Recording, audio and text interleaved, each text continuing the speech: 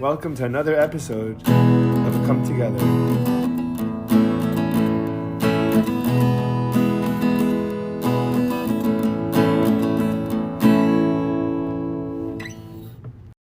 And voila! Welcome back. Episode number 3 with Max. How many episodes? What's the longest or most amount of episodes someone has? I think I definitely have a couple of threes. My friend of Remy Blau, I think did 3 episodes with me. Kiwi did 3. Shua Edelstein has done Your son? 3. No, I wish. Shua Edelstein has done 3, but only 1 by himself. He did 2 with other people, like group episodes. Oh, fine. And those are actually a lot of fun. Yeah, I'm sure they are. Yeah, it's funny because 3 or 4 people is fun, but you can't really do more than 4 because there's too many. Too many cooks in the kitchen. Yeah, exactly. And then so Kiwi's also been I think Kiwi has done 2 or 3 individual ones, and then he's been part of 2 or 3 separate ones. Okay. The only one that I've only not posted 2 recordings that I've ever done. One of them was with 5 or 6 people there, and it was a crap show. Right. Far too many cooks in the kitchen. That's fair. We were good with like 3 cooks in that kitchen. we didn't need 6. Right. And then the other one was I was with a friend of mine, and I was talking with a friend of mine on the phone, and he doesn't like phone conversations very much, and I kind of just pushed him into doing the podcast. And so we were talking, but he kept on getting cut off, and we had bad service. And then at the time, Riverside, which is the app I use to record, has had a feature that if someone were to call you, it'd stop the whole podcast. So that happened like 3 times. We just kept on losing our rhythm. So we had like an hour and a half episode, but we didn't it was just so not fluid, and just so. I knew it was so much worse than what both of us were capable of that I didn't bother posting it. Right. But other than that, I never really had a problem. So, and then I think a friend of Remy Kroll, I think he's probably done 5 episodes with me. Oh. Yeah, he's my regular. I haven't had him on in a couple of months because he got engaged and he has 2 or 3 jobs. Huh? Awesome. Yeah, it's very exciting. And he's one of these people that he loves feeling like he's doing something, like similar to me, I guess, like loves the feeling of doing something with yourself. Right. And so we both tend to sign ourselves up for a little bit more than everything. Yeah, we eat with our eyes instead of our stomachs, you know. And so whatever's in front of us, it just looks like we just want a part of it. Right. That was the problem I had with signing up for jiu-jitsu, actually. You know, I did that. What? Can I play with this? Yeah, sure, of course. The problem with signing up for jiu-jitsu was I did it. I was like, I felt bad that I was missing learning with you, and I was like, this feels incredible though. And the guy's like, so make it happen, dude. And I'm like, well, and he goes, oh, what's your excuse? And I'm like, my excuse is that I'm in synagogue 7 days a week. I have 2 jobs, a podcast, a 2-year-old, an 8-month pregnant wife. And a chavrusa. Yeah, chavrusa. I jog 4 miles a day, 7 days a week. Right. Or 6 days a week, but usually 7. And I'm like, and he's like, oh, that's a really he goes, that's not usually the response that I hear. And I'm like, yeah, and but it's important I think it's important enough for me to do that.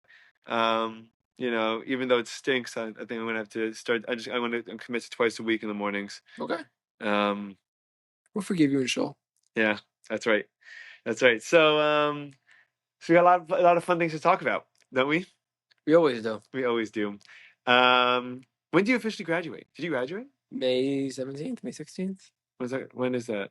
March, April, May, a month and a half? 2 months. Is there what work is there left for you to do? Is there finals? Is it one papers? more class? One more class. Gotcha. Done. Are there boards? Are there anything you have to do after? I have to apply for licensing. Okay. What's that like?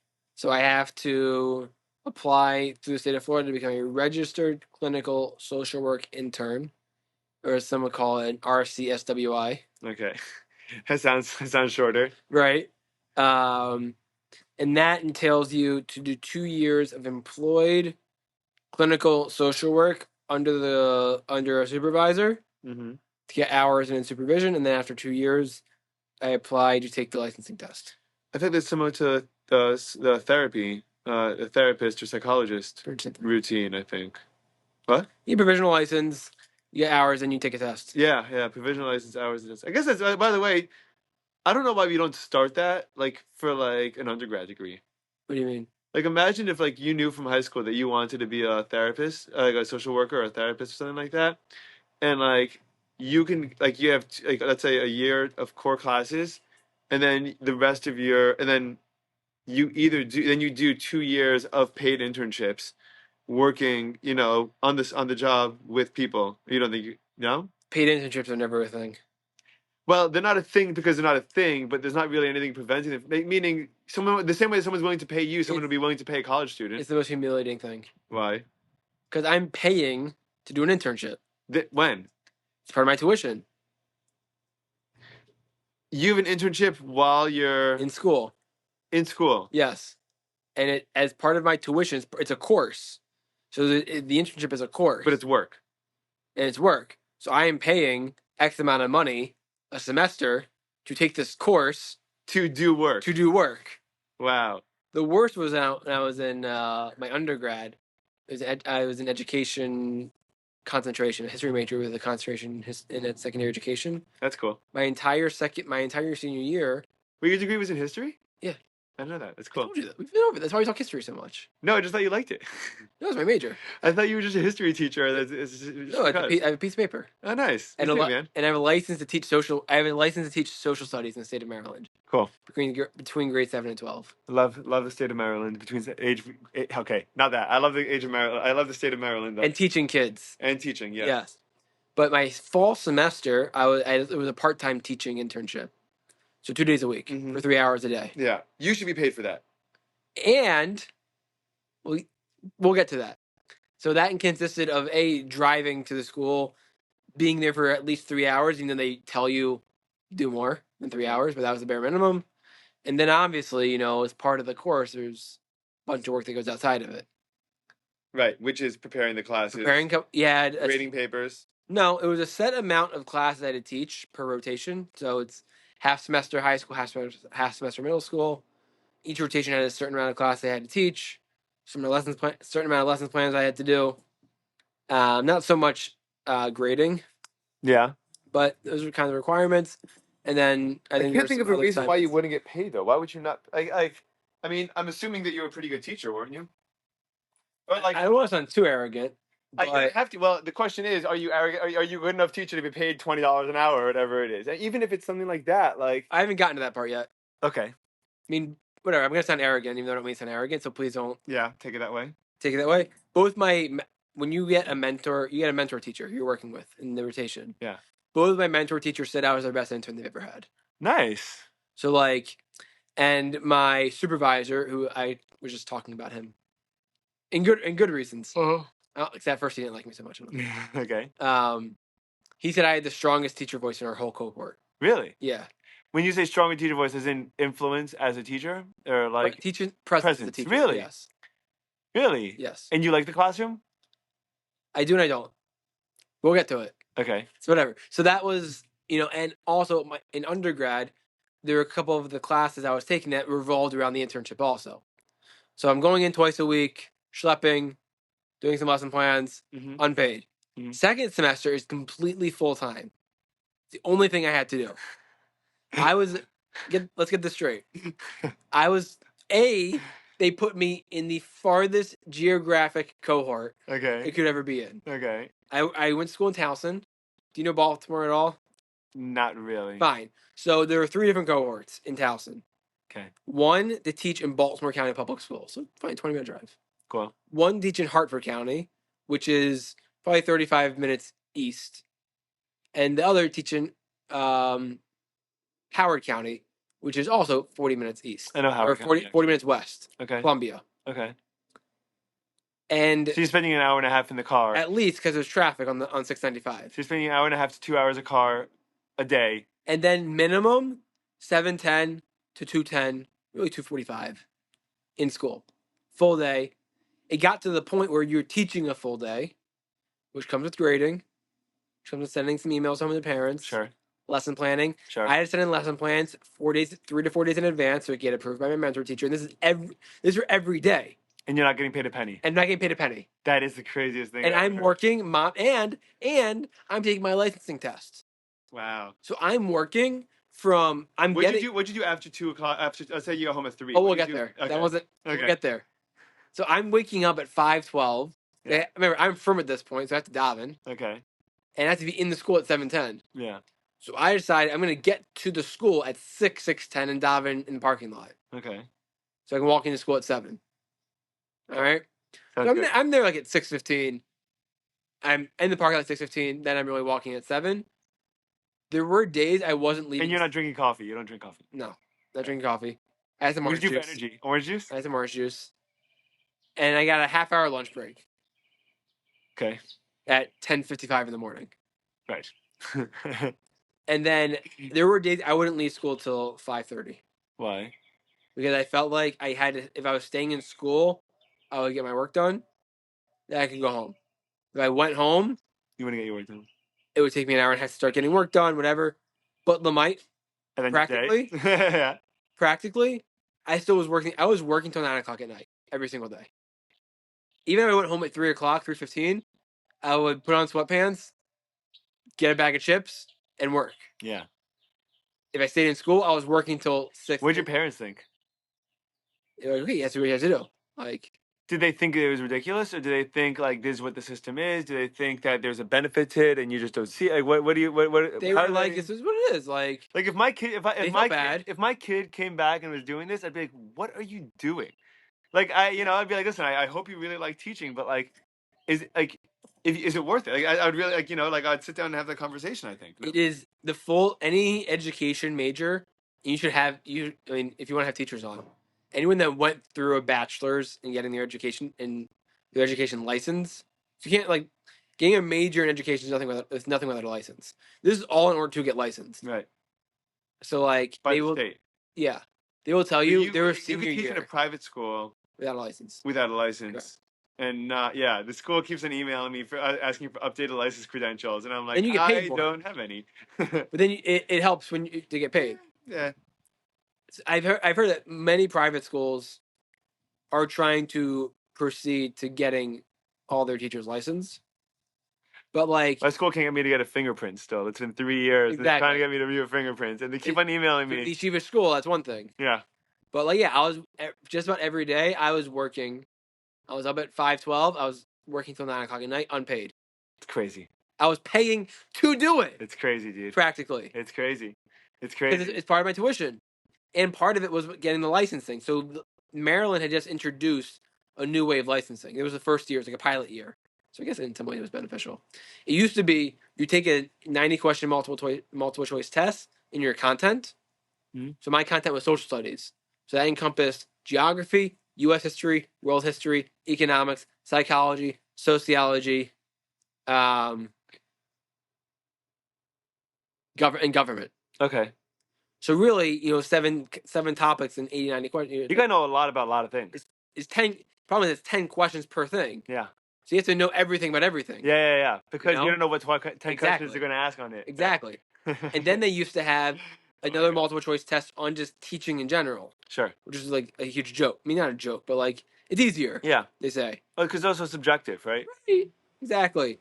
So they changed it when I came in, and there was a whole thing we had. It was a whole new curriculum that we had a lot of conferences about it as educate as students. Mm-hmm.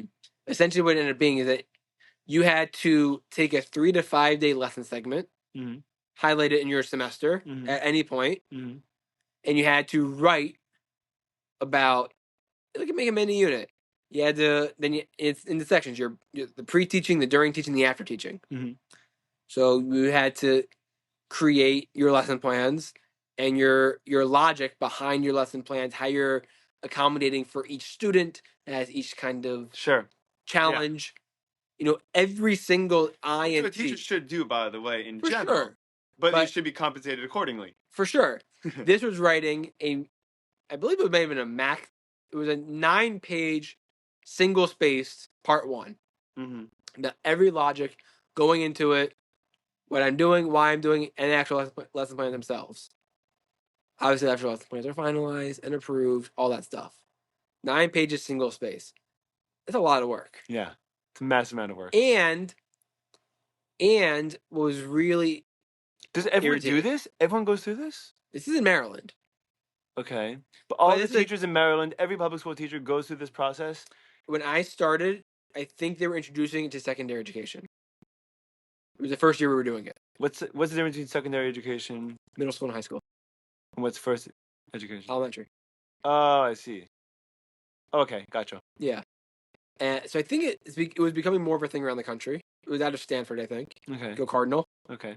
Um, Go Cardinal. yeah. Actually, one of my rebbeim was the mayor rabbi at Stanford. Oh, In yeah? Palo Alto. That's cool. Yeah. Stanford's amazing, by the way. Have you been there?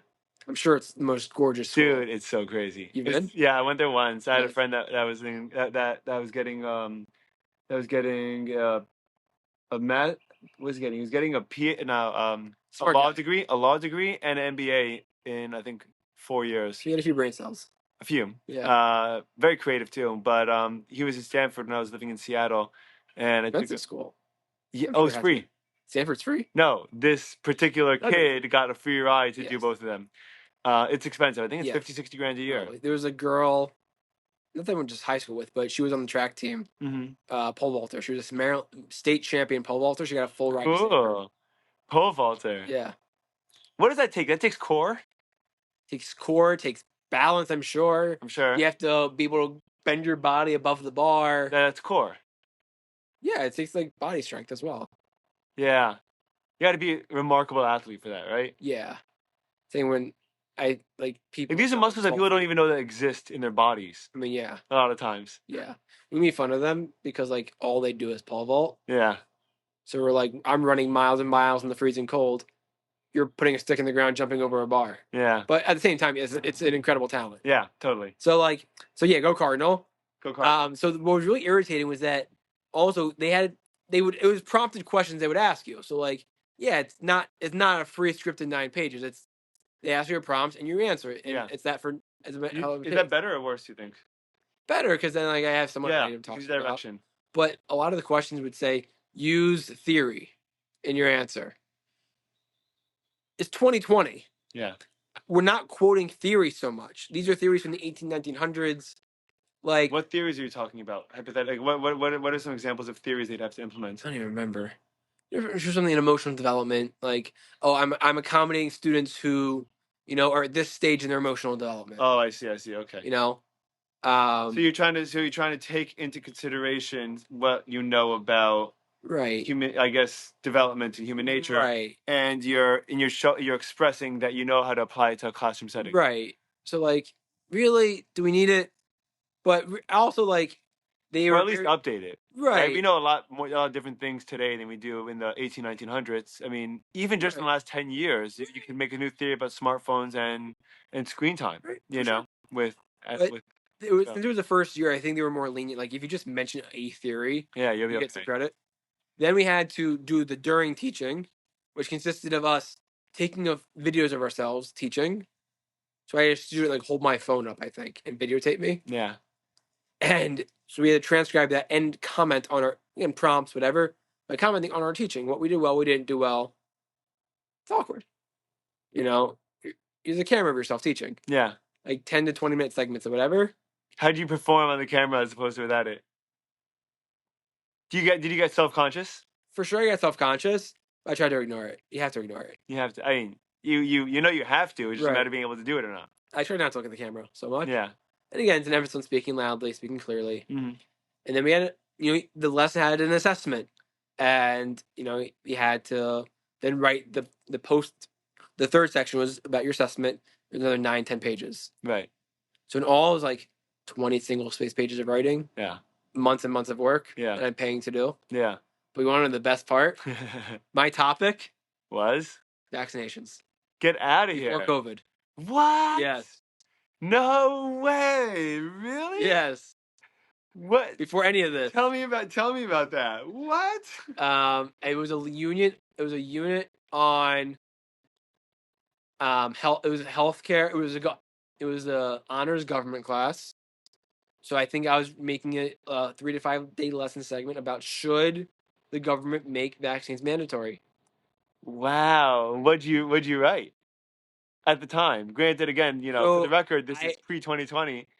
I gave a history lesson on like the history of vaccines, I think, and what different vaccines are for, and we did some other, and then what else did we do? We did a couple other activities, but my main thing was what I gave different points of view from both sides.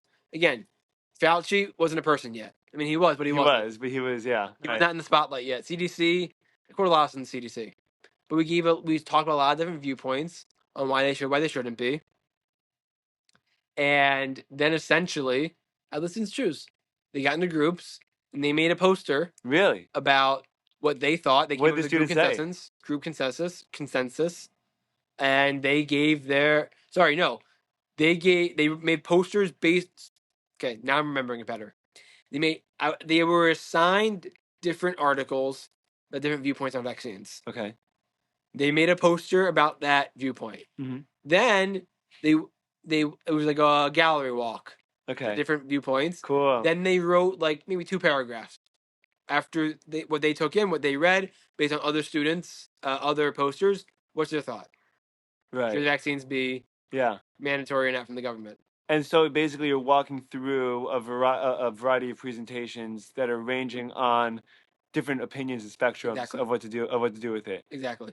Wow. So what were some of the what do you what were some highlights of that? Like, do you I think I remember? blocked it off my memory. You think so? No, I think most students said they would support it. That the government I think so. mandated? Yeah. Well, I guess the question. I guess there's There's a at least mix. I never really thought about it. I never really had a strong opinion until like 2022, Right. Like everyone else in the world. But even then, like even with the COVID vaccine, right? Because I took it, and before I even had any of the opinions on the Right. COVID vaccine, so Right. my basic understanding of it was I don't know whether it works or I was like, maybe it works, maybe it doesn't. It almost definitely wouldn't be harmful to me, is what I thought. Like, there's Right. no way that they'd give a vaccine that'd be dangerous to billions of people, is what I thought. Right. And then, but then the other thing I thought was I never understood why anyone was upset at anyone else for not getting it, because if they were vaccinated, then that would obviously enhance their own immune system. Right. And so, what do I care whether you're vaccinated or not, as long as I'm not getting the disease? Right. So the question of whether or not it should be mandated would be, at least from my understanding or my perspective, would be, um, could could someone get could someone else can you be impacted by someone else not getting vaccinated? Mm-hmm. And I don't know what the answer is. Nobody does. I'm sure. Like, Meaning, if let's say you decide not to get the polio vaccine or the Right. measles vaccine, right? And I do, and you get measles. What do I care? I'm not getting measles. Right. So, like, I mean, does it suck? Yeah. Do I wish that you had measles? Of course not. Right, of course. Is this a consequence of your actions? Like, I mean, we do a lot of things that are unhealthy for us. We smoke cigarettes. We drink alcohol. We eat unhealthy food. There's a lot. There's a ton of things that we opt to with our freedom to choose to engage in, and no one wishes. I don't think people wish upon other people badly, but And sports was a big thing. That guys sitting out of games, people were really frowned upon for not getting vaccinated. yeah. I was teaching at the time, so I was actually one of the first to get it in Maryland. Because teachers Got first. really Really 1B. okay. First was Would you healthcare get professionals. Moderna or Pfizer. Pfizer? Okay. I think that's all we were offered. I think I chose Pfizer. I don't know. After the second shot, I had a headache. I didn't get sick, by the way, from the vaccine. Neither did I. I got more sick from COVID than I did from the vaccine, but I only did it I did it primarily for convenience. And like I Yeah. think that if anyone asked Did me, you get Moderna or? I got Moderna, Right. but I didn't have a preference. Like I didn't know what the difference between one and the other was. I just I went to a Jewish doctor that I knew Right. from the neighborhood Right. growing up. He gave it to me. Right. But I kind of did it. Like I think that if you were to say like, hey, if like, if it was the year 2021 again, and you knew what you knew again, would you do it again? And the answer would probably be yeah. Yeah, I would probably get it again. Right? Because like at the time, that's all you knew. At the time, Yeah. like Also, we wanted an out. there was a This was disease. the out. Yeah, and you want to be able to go back to normal. And you want Yeah. to, I wanted to go. I had a trip to Ireland with one of my friends, and I was like, I want to go to Ireland, and like I can't get in. Like we looked up the rules before. Like there's no. It's actually funny because then he went to Ireland, so we're like, oh, it turns out that they're just opening up, but only if you could show your vaccine card Right. that you have two jabs is what they call it in England in Nice. Europe, and I guess in Ireland too, um. And we didn't realize though. So we came with our COVID or the proof of our vaccines, Blue and card. we had a card. I carried my card in my passport Nice. because like that was essentially as valuable as Right. the passport was at that Right. point. And then we'd go to the bars, but we didn't even realize that when we went to the bars that Ireland was like several steps behind America in rolling them out, and none of the young fun people got their vaccines, so we're just sitting in empty bars by ourselves, and like even though they're technically open, no one's there, and we're like, well, this kind of sucks. We're just sitting here drinking a Guinness, Right. like we could have done this anywhere we wanted, and then one day we went outside, and we're like, let's just see what's going on. We went to the streets, and everyone was just partying on the streets. And I'm like, oh, that's where everyone went. They're like, if we're not going to be able to, like, The party outside then. yeah, exactly. And so a band set up. There was like a full 4 or 5 piece band that was Right. playing for free on the streets. Everyone is having a great time. Some people masked, some people not. And at the time, it was just like, what is going on right now? It's such a weird. It was a weird point in time.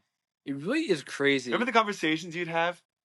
Yeah, anything would ever go back to normal? Are we ever gonna not wear masks again? You remember those conversations? We had no faith that it would ever go back to normal. We had no faith. We thought the world's gonna be changed forever, and the world has been changed forever. I think. The impacts are still rippling. Yes, for sure. I remember like maybe in a couple months. It was always in a couple months maybe. Then like they first started lifting the mask. Once they started lifting the mask regulations, there's no going back. Yeah, I think that's when everyone ran with it. And also I think that when people saw like in places like Florida and Texas that like everyone was kind of just there and like right. It was funny because I was taught my grandparents I think COVID broke my grandparents. They broke a lot of grandparents. They broke a lot of people. Broke my wife's grandparents also. Yeah, it was crazy. It really broke them. And they sat in front of Fox News every day for 20 hours a day and just getting blasted with how terrible this is, how dangerous it is, how awful it is. And it just broke them. I mean, it was terrible. And I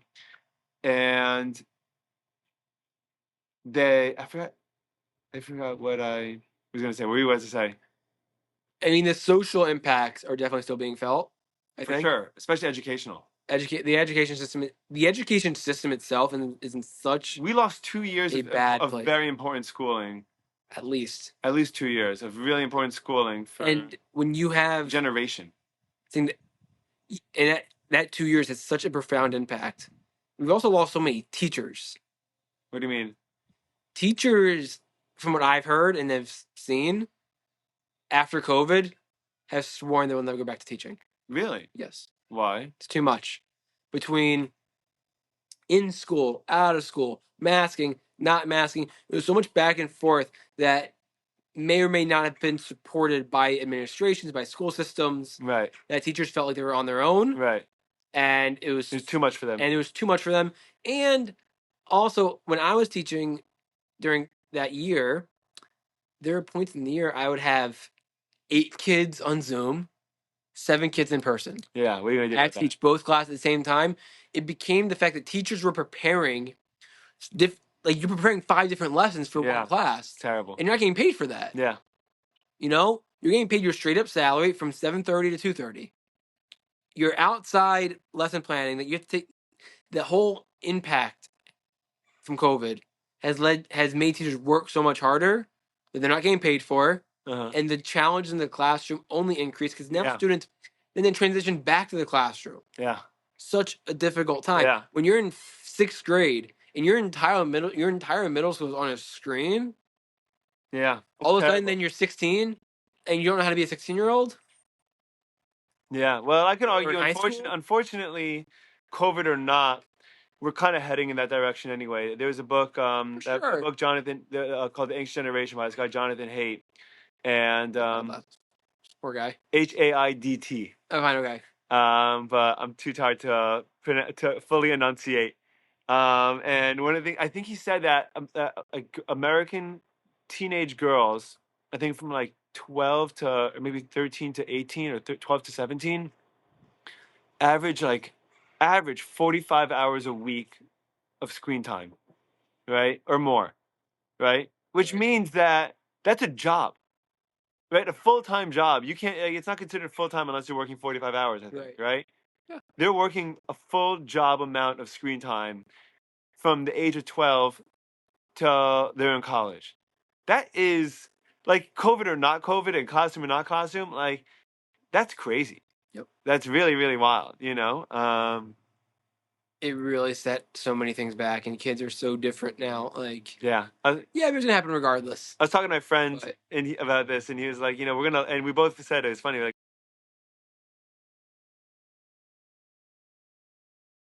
sorry, in 50 years, that generation is going to be like, you just let your kids do whatever they want on their phone whenever they wanted. Like you didn't, like you let them just use social media whenever they like at right. 10 years old. Like we're gonna look at them like the same way that we look at people that smoke cigarettes now. You know, like we're gonna be like, what? Like you did that? And we're like, yeah, we didn't really know anything else. Like you know, like there's no reason not to. But you know, I mean, and I don't even know. And like this also becomes a question like. Is that like a government problem? Is this like a government's job to regulate that? Is this Screen time.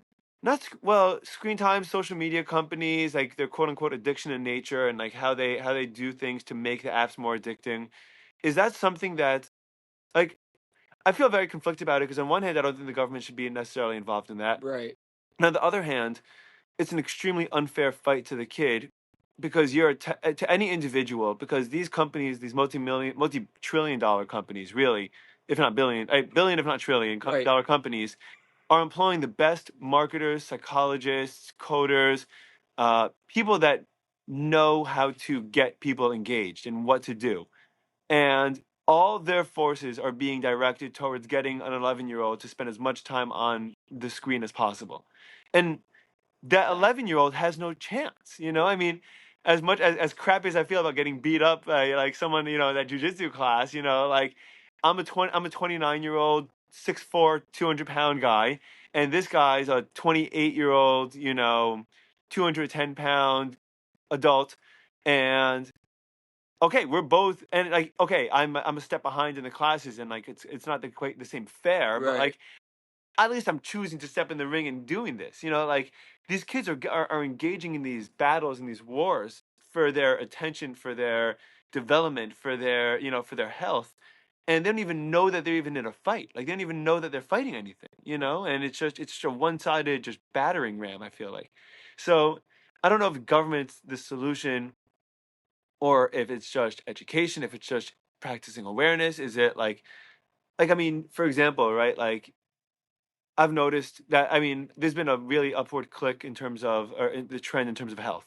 Right. and even in America, it's happening all over the place. It's become really popularized about health. You know, processed foods don't you know type 2 diabetes, pre-diabetes, metabolic health, you know like behavioral disorders that are associated with the way that we eat, and a lot of people and like I don't know if there's been new regulations, but I do notice that if you go to Costco, you know, which is probably one of the best ways to kind of detect where like put your pulse on what the finger of society is, or what the like finger of the culture is, because that's where everyone shop. That's where every regular day people shop. You know, they carry what's in demand. They don't. They're amoral. They don't Right. care whether it's good for you or bad for you. They just want to provide something that you're going to buy. Right. There's been an enormous emphasis on grass-fed meat, you know, all over the stores. There's been enormous emphasis on single ingredient snacks or snacks that don't have, you know, 50 ingredients in a bag of chips, you know, Right. It was and nice. which is amazing. What I'm saying is that the enhanced, just the conversation and the cultural awareness, like where we are as a country, actually drives that change by itself without a big brother needing to come in and regulate it, you know? So do we just kind of hope that having conversations about screen time and mental health and stuff like that is going to be enough to change the game, or do you need some kind of legislation or some kind of regulations? You know, I don't know. I don't know. I kind of hope that I think that I think in an ideal world it's the first, it's natural, Yeah, and then in a less than ideal world where I don't know. I don't know how you weigh it. Do you weigh it as like an information battle that these people just don't know, and we're going to assume that people don't know, so we have to create regulations because, like, terms and conditions. It's essentially the same thing who's as gonna terms read? and conditions. Right, Who reads terms and conditions, right? right, And I don't think that people should be legally responsible necessarily. Like, if Apple is providing me, or Microsoft is providing me, or whoever it is, if Snapchat is providing a 13-year-old with a 4-page document of terms and conditions to to using Snapchat, right. and it's legal jargon, and it's a 14-year-old that's using it, you can't reasonably expect a 14-year-old to process that information and do that, No. right? So terms and conditions isn't really terms and conditions. Like, in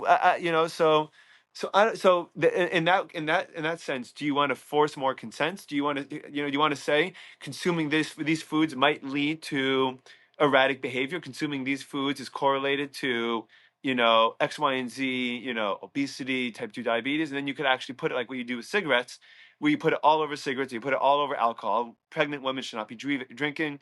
Do not drive. Do not operate heavy machinery with that when using the substance. And then, now that you have all the information out there, are you going to choose to engage in this or not? Right, But we don't even have all the information out there. right. I guess that's what the real problem would be. There's so much we don't know. Yeah, For sure, so much we don't know. that's the problem. That's why I have a hard time about having a strong opinion on a lot of things. Hmm. Because the more things that, like, all the things I used to have very strong opinions about, Like what? literally almost anything. Right. Religiously, my like my the foundation of my religious belief has been broken several times, Hmm. and rebuilt, of course, in like in a healthy way, but like, shattered. Like, someone said, why do you do this? And I'm like, this, and they're like, that's a stupid answer, and then they tell me why it's a stupid answer. Like, oh my god, I didn't even know that, and that. Or my understanding of food, my understanding, like I told you about, even what corporations are willing and capable to do, right? The fact that I used to have arguments with my family about the fact, guys, there's no giant conspiracy to give a COVID vaccine to billions of people that is not, like, how, come on, how stupid can you be? And like that was shattering, Right. and but I think it's good. I think that we have to, I think there should be, there's a healthy skepticism. There's a great book I was reading called Hope for Cynics, and it was discussing the difference between cynicism and skepticism. And cynicism is kind of defaulting on the worst case scenario happening. And skepticism is just not necessarily taking something at face value and just being curious about it, right? Right. So say, oh, cigars aren't as bad for you as cigarettes. And then instead of just saying, and you say why, and you're like, because you smoke more cigarettes, you don't smoke cigars as frequently. And you say, yeah, but are they the same? And you could either say, okay, or if you're a healthy skeptic, you could say, well, are they rolled? Are they made with the same material? I mean, what's the equivalent of one cigar to how many cigarettes? Like, cigarettes are smaller and thinner, right? So, and then, like, you start asking more in-depth questions and you start doing a little bit more homework. Like, that's just called healthy skepticism, right? I think that we Right. need to live in a world where we don't, and I think we had institutions for a long time that provided us with a lot of really good, valuable things, and so we had a lot of trust in them. Um, For sure. and then and then what comes along with trust from a group of people is power to the person that the people are trusting, right? And I experienced this as a teacher. My students were to ask me, "Can I do something, or can I do something a certain way?" And it wasn't the way I thought of, and I say no, and I'm like, "Why?" Mhm. I usually have to stop myself and say, why am I saying no? Am I saying no because it's not what I thought of? Am I saying no because it's stupid? Am I saying no because I didn't think of it? And if, Right. like, the answer is I didn't think of it, then I'll be like, well, I should definitely have a better reason for saying no than I didn't think of what you thought of, And then I think, well, what am I trying to teach? I'm trying to teach these guys how to express themselves, how to get their thoughts to words, how to read people how to Right. comprehension, auditory and I guess visual comprehension. And if that's going to help them on that mission, then go ahead and do it. Right. No problem. So I don't. So I think it's just I think it's a very slippery slope, and it's always going to just go back and forth between trust and distrust, and trust and distrust, and then you got a little bit too much trust, and then people take advantage. You get a little bit too much distrust, and people get hurt from not listening to people that know what they're talking about. For sure. And it's a shame. It's a shame. I think just we have to teach to be nuanced. We have to teach to not generalize. And I'm a very not nuanced person in nature. I details drive me crazy. I have no patience for them. So it takes a lot of work for me to be nuanced on things. But it's been yeah. So one of the things we wanted to talk about, I guess maybe tackle. Hear your thoughts as you're soon to be as a father, and maybe an educator. It's a shame. Is maybe what how are we doing with time? You got some time, right? Yeah. On what to do with when people want to live different lives in their families, right? Or you're raised a certain way, you do something else. I mean, your whole family becomes from religious? My parents keep kosher. Okay. In a kosher house. But you grew up nothing. Group traditional. Traditional. Right. Hebrew school, you said. Yeah, Hebrew school. Pesach. And then what happened? They tricked me. Who? They got me. Who? From the government. All right. The guys on campus. The guys on campus. The Shoresh. You're in college at this point. College. Also, I was in a camp called Shoresh, which is an incredible curative organization. They have a summer camp, teen trips. Fired me. And how old are you at that point? I started going to camp? Yeah. 5th grade. 5th grade. So you were always kind of interested in it? As I got into high school, I got a little interested. College, I got more interested. And then... And when you say interested, does that mean like, oh, you show up to like a Chabad event? Or does that mean you show up to like... Yeah, I'm going to go on the trips. When I'm on the trips, we're a kippah. I'm going to keep Shabbos. Right. Was keeping Shabbos weird for you when you started? Yeah. It was weird. Yes. Very much so. Okay. We're not texting my family in the morning. Hey, what's up? Right. We're not watching college football. Right. We're not playing sports myself. Right. Yeah. And that's usually what Saturdays were. That's what Saturdays always were. Saturdays. Yeah, I had a track meet. My brother had a track meet. We went out to eat, watch college football. Are your parents athletes?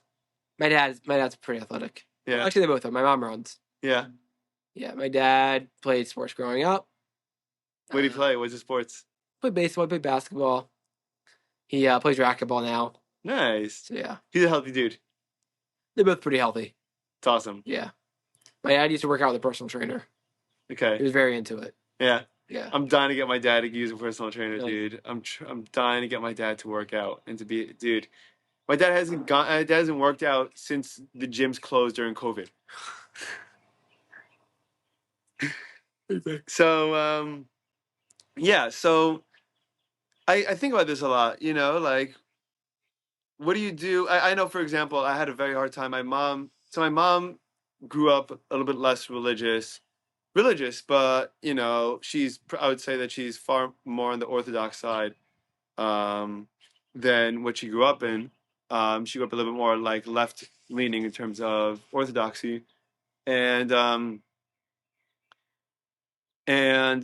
she didn't want anyone in my family really to do what she would probably call regressing, right, back to where she was. Okay. And it happens to be that the high school that I was dying to transfer to or go to, where most of my friends were going to high school, is where she was the same high school that she went to. It's a place called Frisch in New Jersey. You went to Frisch? I went to Frisch. My mom went to Frisch. Ah. There are actually some teacher overlaps between the two of us. Oh. But I'm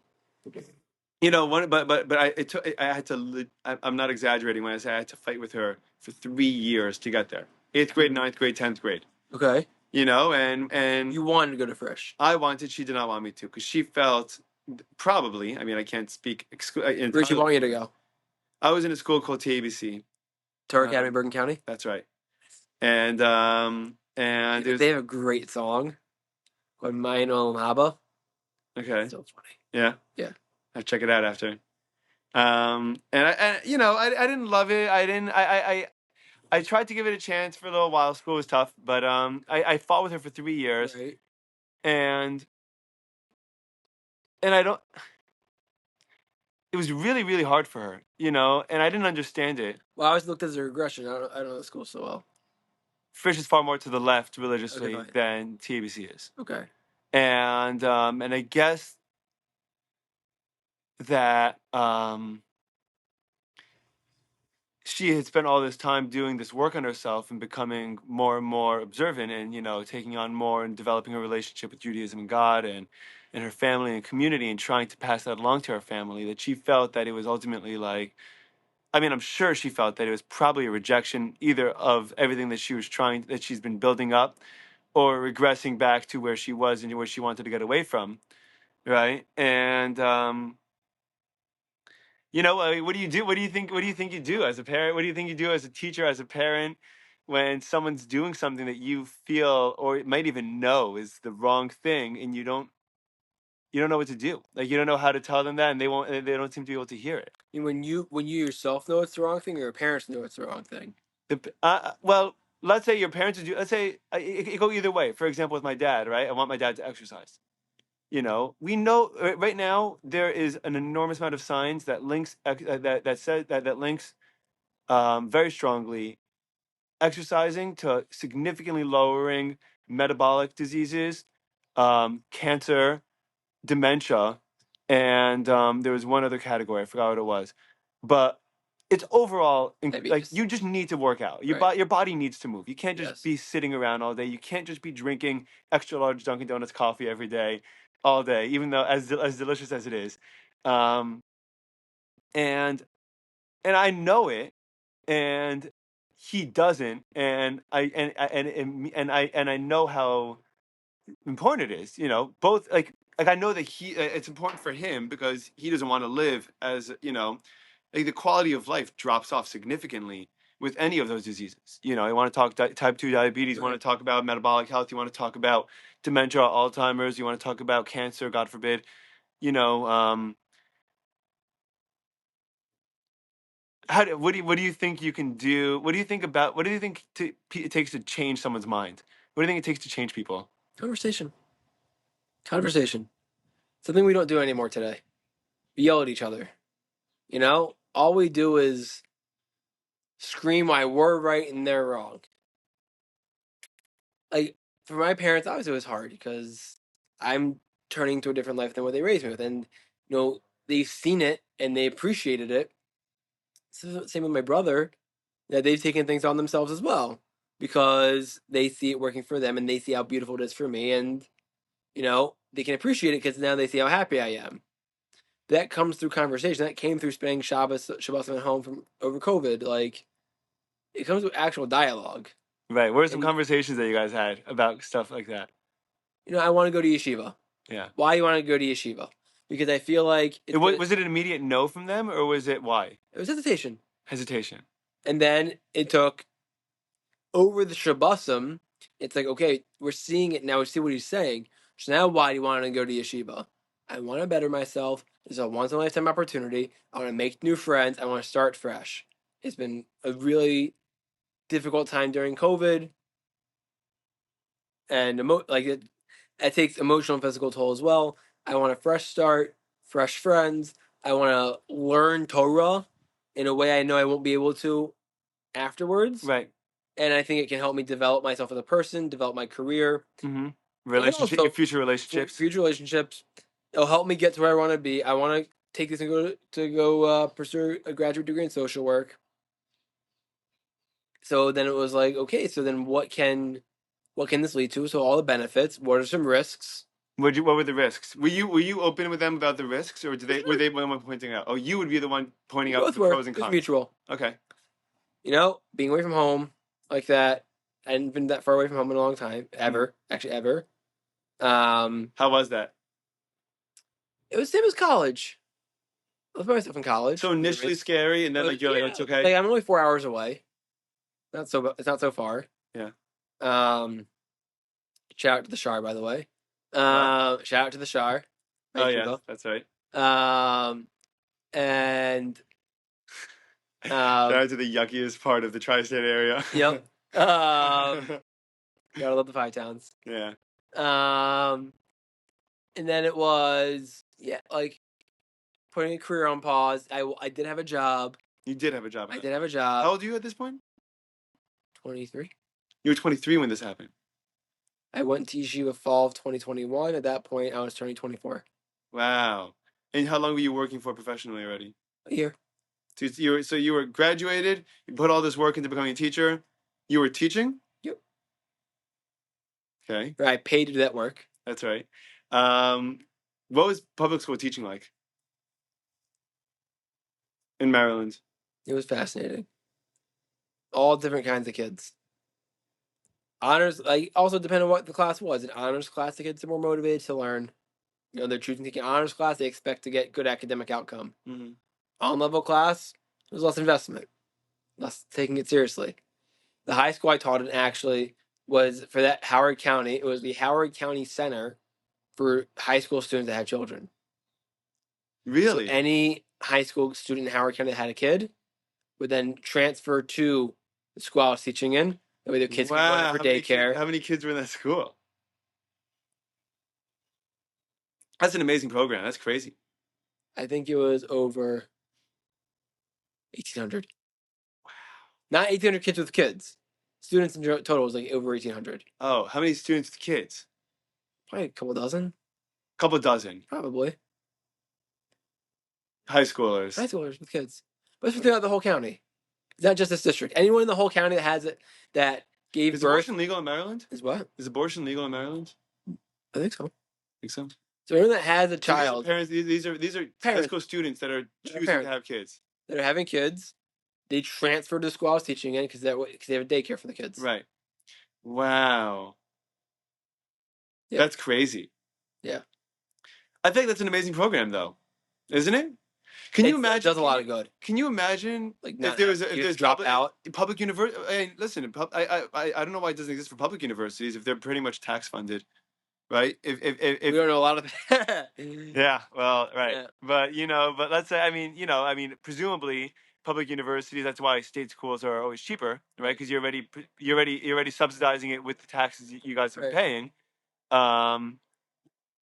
Wow, to have a daycare while you're in school for your kids. And we don't have to drop out. Yeah, it's amazing. Also in college though, you don't have to live on campus. You can live at home and drive. I know, but a lot of times you'd be like, I don't have time to take classes because I got to watch my kid, I got to pick him up, I got to do this. One of the beautiful things of COVID, we have online school. Yeah. I'm a direct beneficiary because now I'm in grad school online. Yeah. Do you think that you're learning as much? No. Sorry to cut you off. That's okay. Answer's no. Answer's definitely no. But like I've been asked that before. So wait. So right. So is it worth it? Yes. Because what? Because I still. You think you're learning what you need to know? I learn what I need to know, and no matter what you do in life, grandpa lesson here. You're always the most amount you're going to learn is in your field. Yeah, it's is on the ground. It's only so much you're going to learn from a textbook anyway, from some 60-year-old who's written a couple articles giving you a 3-hour lecture. Yeah. There's only so much you're going to learn from that. You're always going to learn in the field. So it's the same thing in person. Would I have learned more? Probably. But the convenience and the ability to do this and still spend a lot of money but save money. Yeah. In New York, there's no programs anywhere near the price I'm paying for my program. Yeah. I was. Where's your program located? Baton Rouge, Louisiana. Nice. I love Baton Rouge. If we weren't expecting, I probably would have gone to graduation. Yeah. I would have figured out a way to stay in New Orleans for Shabbos. Fun fact about the state of Louisiana, I believe, so it's not even a fun fact, it's a Snapple fun fact, which means it might be real or not, is apparently because daiquiris are such a huge part of the society over there, yeah. If you're pulled over with with alcohol in your car, the cop can't arrest you unless he gives you a breathalyzer. You can't or unless there's a straw in the daiquiri. Okay. But like in Florida or in New York or Maryland, you can't have it can't have an open container of alcohol in your car at all. You can have open container of a daiquiri sitting in your front seat, but if it doesn't have a straw in it, unless the office is giving you a breathalyzer, you can't get a ticket for it. Interesting. Um, So yeah, Louisiana. I love Louisiana. I would love to have gone. It makes so many more education opportunities available. Yeah, It's so needed. yeah, that's a good point too. That's a good point. But back to living a different life, I guess. It really takes conversation. We look at, and I don't want to use this as an example, but you look at what's happening with Israel right now.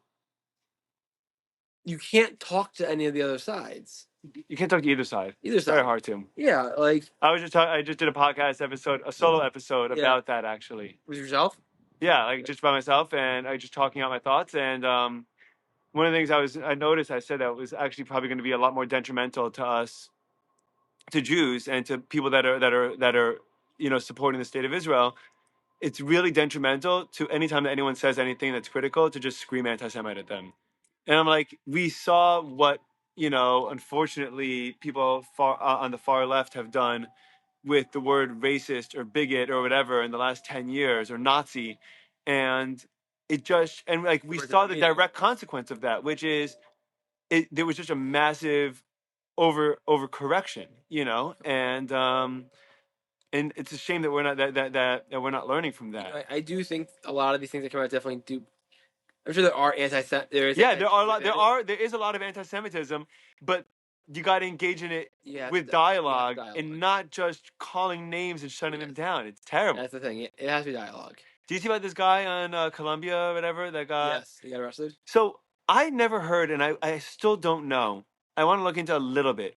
I don't know if he was arrested for his speech, or I do know that a lot of the protests did culminate in things like physical altercations, or more than just speech that would cross into, and I don't know, and I know that, I know that it's being reported as he's being pro Hamas. I don't know in what capacity. I don't know what capacity is he demonstrating. I don't know if he's doing anything that crosses the line from just speech to not. And if it is just speech, I'm really against him being deported for that. Well, the question is, there's a lot of questions around it. A, he's not a U.S. citizen. Doesn't matter. He does? No. There's a legal precedent for it. There was a case. I'm gonna maybe I'll find it and put in the captions. I'll send it to you. There was it was, I think, in the 80s and the 90s. Someone from the Chinese Communist Party came to America and was advocating for the CCP, and he got I think detained, and he was going to get, and then he sued the government. I think he sued the government, and he went to Supreme Court, and he ended up winning because the question of First Amendment rights is not a restriction. It's not whether you have that right as a human. It's whether or not the government has the right to intercede. Well, so is speech the thing that government can intercede on? Well, the question everyone has it to start. Oh, does freedom of speech, if you're being pro a U.S. designated terrorist organization, a genocidal terrorist organization, for all that matter? Just with speech does not matter. Really? Yeah, that's the Skokie case of the Nazis, right? I mean, and lots of people were upset about it, but you gotta let the Nazis protest. You gotta let them walk in the street. I don't care whether you hate America or not. Right? Or is he being? If you start funding them, if you start giving them money, if you start harassing people, if you start attacking people, if you're actually calling to violence, and you are sacrificing, you're crossing the line. You're going from just speech to inciting violence. And again, that's the whole thing. Inciting violence. What does that mean? Right. You can definitely say that. Do you say hit him, or do you say Jews should die? And is that inciting violence? You're saying the Intifada revolution is the only way to go. Then you're advocating for Jews to die. That's not the same thing as saying let us go attack them. It's the same. It's the exact same thing. It's not. How? Because you're saying that Intifada needs to happen. You're not saying where. You're not saying when. You're not saying who. You're not calling for anyone to do it right now. Okay, but Intifada has a defined. What is the Intifada? Intifada was I think was it specifically Palestinian, but Arabic, Palestinian uprising against against the people they say are occupying them. Exactly. But yeah, but that's not America.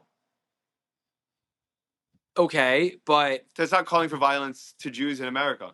It's not American first. By the way, as a Jew, I hate it.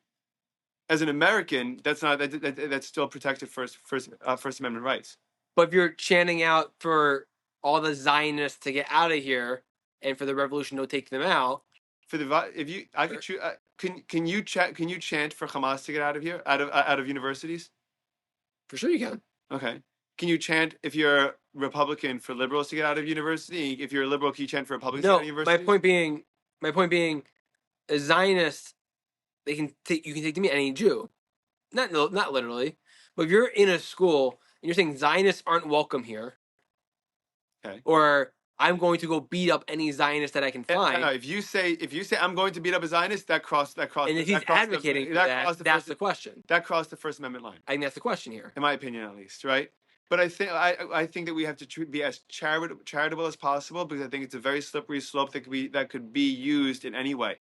Right, but like, obviously morality is one thing, but if you're literally advocating for Jews anywhere to get beat up and killed, chas v'shalom, whatever, like, we let the Nazis do it. I mean, but I'm thinking specifically in this case. Is that what he's being held on? I don't know. That's the question. I hope not. Right. And so if he's being held, let's say he's saying Hamas is freedom fighters and Zionists are occupiers, right? And they're evil, right? Let's say that. Let's say he says that. That's not a breach of First Amendment rights. Correct. Right? Correct. If he says, that's another conversation. And by the way, whether you should say it or not, but that's the value of speech comes in. When you say that and you sound like an idiot, and everyone's like, dude, there's so many things that you're saying that are so dumb, and you even want that out there. You want to be able to counter it. Anti-Semitism also isn't a crime, unfortunately. Yeah. Whatever. Yeah. Well, right. Physical anti-Semitism. Exactly. Yes. Right. Yes. And I'm sorry. What was I just saying prior to that? What he's being held on. Right. What he's being held on, and if he's being held on, let's go get them. Right. Let's go get those students. Let's go get those people. That's a call to action. Right. It's a very different thing. I think the whole bigger question is that it also branches out, because there are reports that Iran has been funding these things and Hamas, money's been going through to fund these protests. So, like, the leaders of these protests, many of them aren't students. I think this kid was a student, right? Well, but there's money going around from everyone to everywhere. Right. So many of these protests are not peaceful protests. In which case, by the way, you shut them down. Correct. That, again, you cross the line from First Amendment. The right to peaceful protest is the emphasis. Occupying a building on campus is not a peaceful protest. Yes. Violently taking it over. And kicking out Jews. Correct. So if he's advocating for that. Correct. Or if you're holding up a picket sign saying Palestinian rights. No. That's definitely not a crime. That's definitely not a crime. Even if you held up a sign that said, I would even go as far to say, and again, as much as I disagree with it, to, again, heavily emphasize. Yes. Holding up a sign, Intifada is the only resistance, is not, to me, would not be breaching First Amendment rights. I don't think it is. It's not a call to action. I know but you always want to err on the side of most generous interpretation, because it's going to come, what comes around goes around, and it's going to come around. Right. It's going to swing around. I think the point you made about America makes sense, because the Intifada, we all know what the Intifada is calling for. Yeah. So when you have a sign saying Intifada is the only solution, you're calling for the destruction of a sovereign country. No, what you're saying is trying to say anything. You might also be, you could be saying that. That might be one thing you're saying. You also might be saying that all these other forms of quote unquote solutions are a waste of time and don't bother engaging in them. And dialogue. Yeah.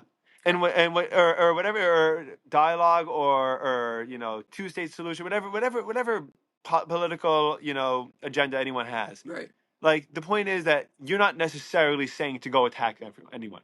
You're just saying maybe it's assigned to your own leadership to don't engage in politics and resist, right? But Right. you're not calling for action, and you're not calling for violence in America. You're not calling for violence to the student body over here, and so you shouldn't be thrown off. Unless you're telling the university not to admit Jews anymore, or not And to with admit Zionists. well, again, but even then, you could tell them whatever you want. It doesn't have to listen to you, and it doesn't mean that So I guess really is a question of what's he being held on? right. And I don't know. Right. And the only thing that I'm Not hearing clear. are reactions to his being held. Right. I don't know what he's being held on.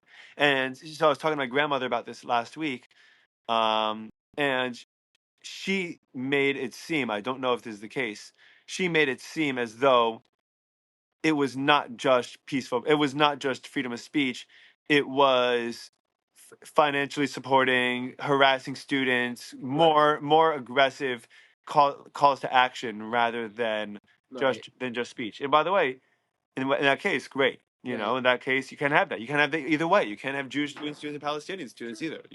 For sure. So you think dialogue is the key to changing people's mind? How else? One thing I heard that I have to really practice being good at Role play? I don't know. is asking them questions that get them Thank to where you are. to realize why they're dumb. Yeah, basically. So, like, for example, like if I ask my dad, "Hey, how do you just to go back to the same example because I already mentioned it, I don't want to bring up more examples of other disagreements I have in my Yeah. life. But if I say, Alba, how do you sleep at night? He's like, oh, then how do you feel during the day? And he's like, I feel okay. And I'm like, oh, well, what do you think you could do to like feel better?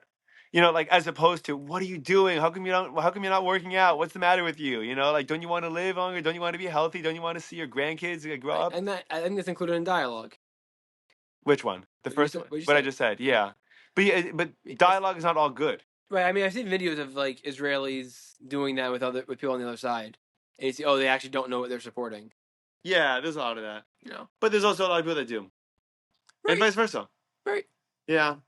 Yeah, and again, it keeps on going back to the nuance thing. It keeps on going back to the whole conversation of just like you see one example online does not mean that is a case in point. It is not the rule, and we come up with like these absurd and obtuse conclusions for everything based on either a very personal experience, right? Like, oh, I know, like I wouldn't have even known living in Florida, living here in Hollywood, that there was any anti-Semitism in America. For sure.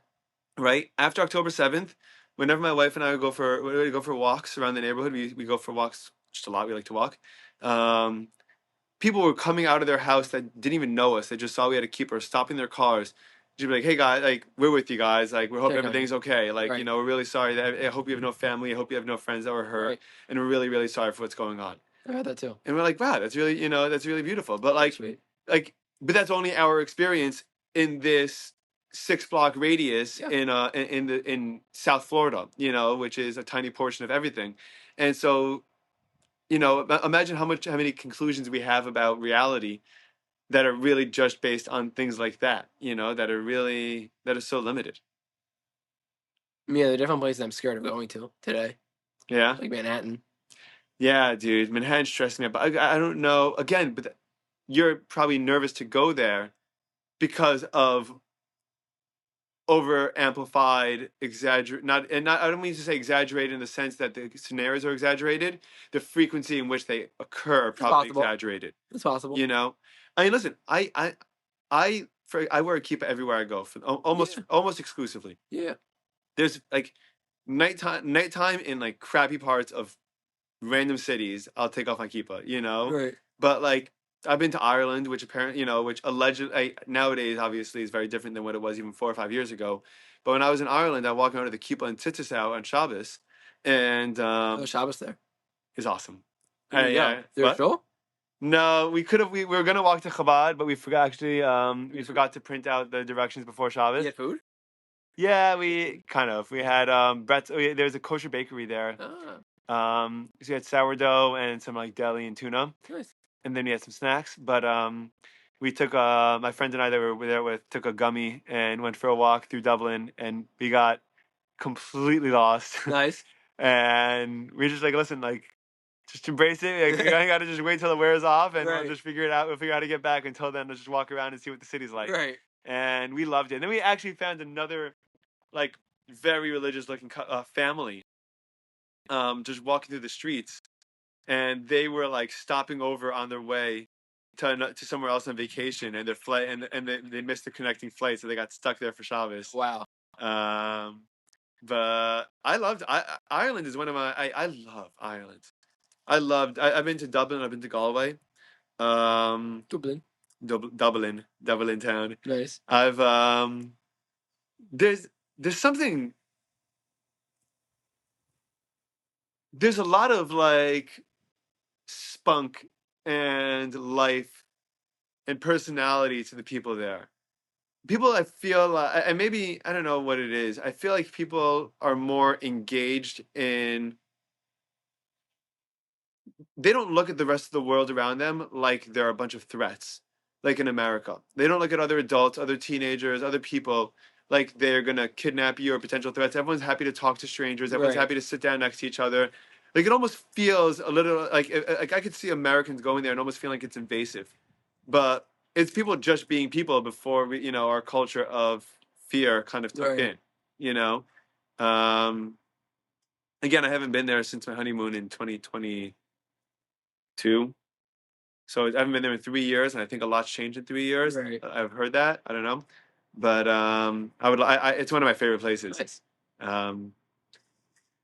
They have like so much fun, like like I think because life is hard, and like the Yes, people that like right. make their way through, like the only way they know how to make their way through is just to have like a pint of Guinness and have fun, like there's music everywhere, and like there's just like there's music and life and conversation and humor just like spilling out all over the place. And I mean, maybe it's romantic of me, but like I didn't go to these places. Like when I go to vacation in places, I don't go to like museums and like, hit the touristy things. I like to try to embed myself in like what the actual culture of these places are like. I try to find, like, I went to New Orleans for the weekend, and I asked like the local people, like, where do you guys hang out? I don't want to go to French, whatever it's called, that main street. French Quarter. French Quarter. What's that main street that everyone? Mardi Gras. Mardi Gras, where that is This week. Is it? Yeah, St. Patty's Day. Is also this week. But Mardi Gras is not Irish. It's French. French. I don't know. But I was like, where do like the locals hang out? And like that's so much more fun. It's so much more real, So I don't know. 1:00. Should we call it here? Sure. Give you a chance to wrap up. You guys ready to go? Okay, dude. Appreciate it. Thanks for doing this as always. Always a lot of fun. I don't think we talked about most of the conversations I texted you about. We didn't. But that's okay. Just because there's more to talk about next time. All right. Easy rest of your fast, dude.